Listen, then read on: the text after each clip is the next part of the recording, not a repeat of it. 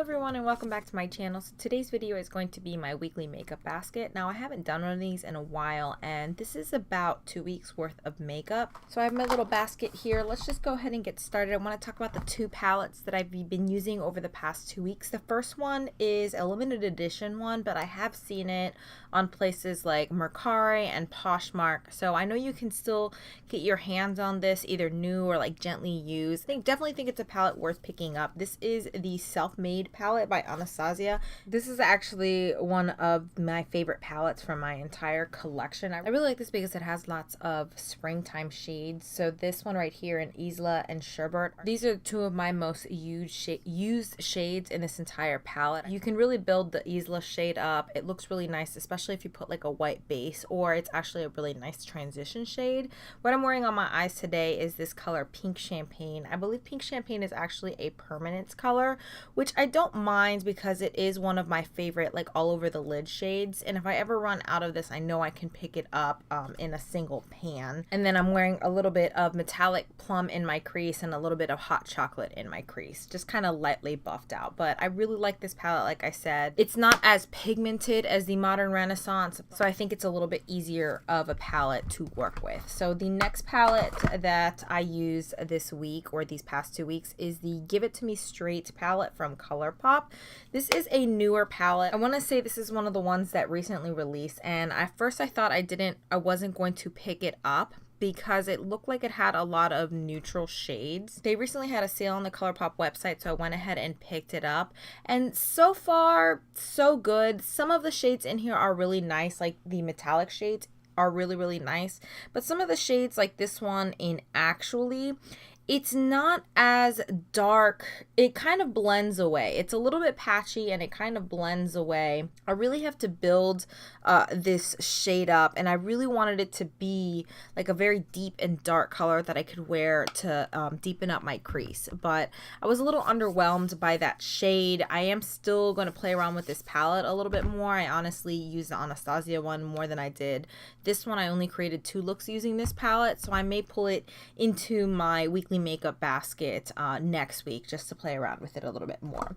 So I have a few blushes here. I recently got this blush from my BoxyCharm, and this is the blush from Pretty Vulgar. It's the Make Them Blush, and it's in the color 18 Hush Blush, and I really like this. I've actually been using this pretty regularly because it is a very nice, like, neutral everyday blush. It's similar to the color Exposed from Tarte. It's kind of in the same like nude color family. I would definitely say it's more of a matte blush. It is what I'm wearing on my cheeks today, and I absolutely love the formulation of this blush. It's not too dry. It stays on my cheeks a relatively long time. So honestly, this is the blush I pretty much used for the past 2 weeks. I did manage to pull this one out. This is Cabana Boy from the Balm, and it's a little bit more of a plummy color. I did do a look using the Colourpop palette that I wanted to pull in a more purpley blush, so I decided to pull this one in. I love the Balm blushes, all of the Balm blushes, and I'm really glad that I pulled this out before the end of winter because this is more of a winter blush for me, so I wanted to get a little bit more use out of it while it's still relatively cold outside. So then I have 2 bronzers here. Well, this is kind of unusual for me. I've mainly been using the Milk Chocolate Soleil from Too Faced. This is kind of my go-to everyday bronzer. It's what I'm wearing today just to kind of give myself a very light bronze. This is something that I wear especially in the winter time because it is pretty light, it's pretty close to my skin tone, and it just gives my skin just a little bit, like a hint of bronze. So it's very natural looking.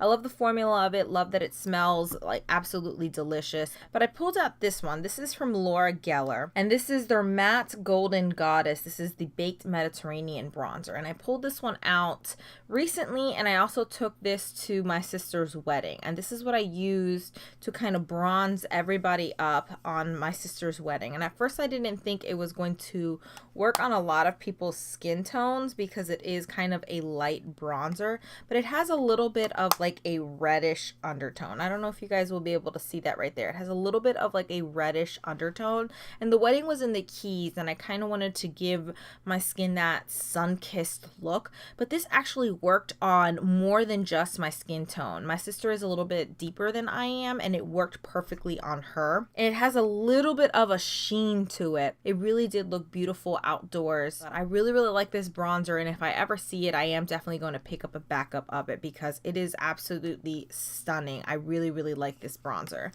So then the last 2 or 3 items that I have in here, I have 1 lipstick and 2 like highlighters. So these are the 2 highlighters that I used this week. For the most part, I was sticking to the Wet n Wild Mega Glow Highlighting Gold Bar. I've seen this multiple times on the Wet n Wild website. I purchased this as part of like a little kit that they were doing for the holidays. I've seen several people selling this product, so even though it's limited edition, I still think you can get your hands on this item. I wouldn't pay anything like ridiculous for this item like on eBay. I saw somebody selling it for like $30 on eBay once, but it's this really nice gold highlighter. It's just a standard gold highlighter, but it is that like baked gelée formula, so it gives your skin kind of this wet look, and you can also wear this with a little bit of Fix Plus, kind of intensify your highlights. That's pretty much what I used most of the week because a gold highlighter just suited most of my looks. But today I'm actually wearing this one. This is a new highlighter that I picked up. I know I said I was going to go on a no buy or a low buy this year, but this is one of the few items that I've actually picked up in 2018. This is from Gellar, and this is the Baked Gelato Illuminator in the color Rose Glow. The reason I picked this up was because it was 50% off. I haven't really seen any highlighters from Gellar in like this style. I know I have all of her like Baked Gelato Swirl Illuminators except for one, the darkest one, but I wanted to see if this was a similar formula, and I think it is. It is an absolutely stunning highlight. It's what I'm wearing on my face today. It's a very subtle highlight, I would say. You can intensify it. That's what I did today. I wore it on top of a cream base to kind of intensify the highlight, but it is a very soft and subtle highlight. I really like it. I like the formula of it. It's not very glittery. It just gives your skin this very nice sheen and kind of like glow from within. At first I thought it was going to be a little too dark for my skin tone because it does have like that rosy undertone, but I think it works just perfectly, and I am on my fairest, so I can't wait to wear this when I have a little bit more like color to my skin. So the last item I have to share with you guys, for the most part I wore like lip liners and some type of lip gloss on top. I didn't really want to wear too many lipsticks for the past 2 weeks because my lips are a little bit on the drier side, so I've been doing like a lot of oils and treatments to my lips, so I just stuck with lip liner and a little bit of lip gloss. The lip gloss I've been loving is the Perfect Nude one. This is the Sephora Gel Gloss Ultra Brilliant Ultra Shine Lip Gel. Oh my gosh, that's a long name, but I've really been loving this. It's kind of like a nude gloss on top of any type of lip liner, just whatever lip liner I choose to reach for that day.